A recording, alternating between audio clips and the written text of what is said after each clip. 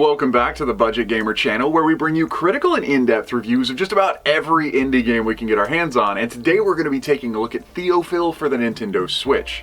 And this little indie caught my eye, mostly because of the price. It's like $1.99.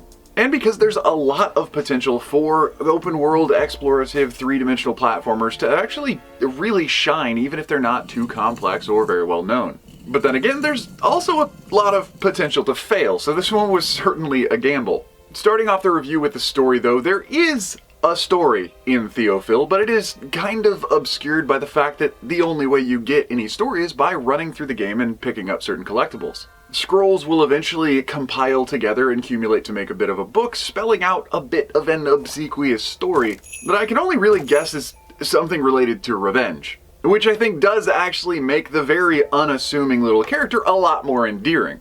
And as you would expect from a very Lumo-looking character who's hell-bent on revenge, there is a unique combat system in the game. Though, as I discovered, it was very unique, and a lot more unique than I was possibly expecting.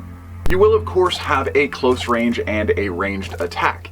The close range attack pretty much just involves you swinging your staff around, and damage is done as soon as the action initiates. So the timing of the animations and the timing of the actual action damage is something that could use a little bit of polish. But being modeled after what we would assume to be some sort of magician character with cape and staff. You'll also have the ability to use your ranged attacks, which are fueled by little crystals that you can find inside of pots or crates or even coconuts that you can hammer down from a palm tree. But while this probably doesn't strike any gamer as being all too interesting just yet, about 3/4 of the way through the game I realized that there aren't enough little gem shards to power your ranged attack to actually make it all the way through the game as a ranged character. And so one of the unique aspects of the combat is the fact that these little shards don't respawn even after death. They don't repopulate, they're not randomly generated, and there's a finite number through the course of the entire game. Which means you'll probably want to prioritize smaller enemies for your close combat and save up those gems for the eventual boss fight you're gonna run into. And if you're already thinking it, I didn't do that. And there was a bit of price to be paid. Other than that though, the general gameplay is carried out as a three-dimensional action platformer. And as the platforming, the traps, and even the combat in the game is fairly light. The best way I could describe Theofil in the range of indie games that I've experienced so far is somewhere between Lumo and Ikimu, the latter of which I would advise nearly every gamer to just avoid. As I've said before though, the moderate platforming and moderate traps are fairly light and easy to navigate, but should you take damage either from a fall or some spikes that you should have walked around, even though you can't refill your health at any point in the game, excluding a very rare random potion drop, there's really not too much penalty for death, and that's for three main reasons. The first of which is that the game environment itself just isn't very large, so there's not much backtracking you'll have to do if you die and respawn. The other is that traps and platforming just aren't that challenging, so even if you do have to navigate back through an area, it probably won't be too difficult. And the third reason is that if there is any area with a significant combat presence or a handful of traps to navigate, there's probably a save point somewhere nearby. And though the game is semi-open world as far as exploration is concerned, it's really evident that the map is segmented off, and you'll find destructible wooden barriers at the edge of every level area. So once you find one of these barriers, you should probably start looking for any collectible items and the inevitable save point.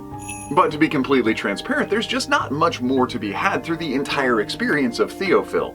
And so quickly moving in to address the game's general presentation, graphically, it's okay. There's nothing terribly wrong with it, but there's really no diversity in the color palette itself. Well, it's just pretty sparse. And as I've already mentioned, there's a large disconnect between the characters' animations and their attack functions, and in a couple areas you might see texture pop in or walk through a wall. So visually, as far as the aesthetics of the game are concerned, it definitely could use a lot more polish. The audio package though was pleasantly surprising. I have to say it's probably one of the best features of the game. It's not great per se, and there's a strong sense that it's just kind of an open source soundtrack. But considering the rest of the gaming experience, I was pleasantly surprised by the overall quality of the sounds. And while I'm honestly not certain if this review even really needs a critique section, we're gonna do one anyway. And so starting off with the biggest elephant in the room, this game is probably just not worth the price even at $1.99. Especially when you consider the amount of crazy deep sales for really good games that put them down into that same price point. But other than that, players should be aware that the entire experience, if you go through full exploration, full 100% completionist, you'll probably beat the game in about 35 to 45 minutes. And even though $1.99 for a 45-minute gaming experience really isn't that bad, I just have to question if that's the experience you want for the next 45 minutes. Because like I mentioned earlier, the game balance is just a little off. And not for any real reasons that I can pin down. The whole thing about constantly having to feed your ranged attack with collectible gems is totally fine, but you would need enough collectible gems to play your character in the way that you would want. And as even the game's progression itself, as a semi-open world game, is entirely too linear, there's absolutely no reason for re-exploration.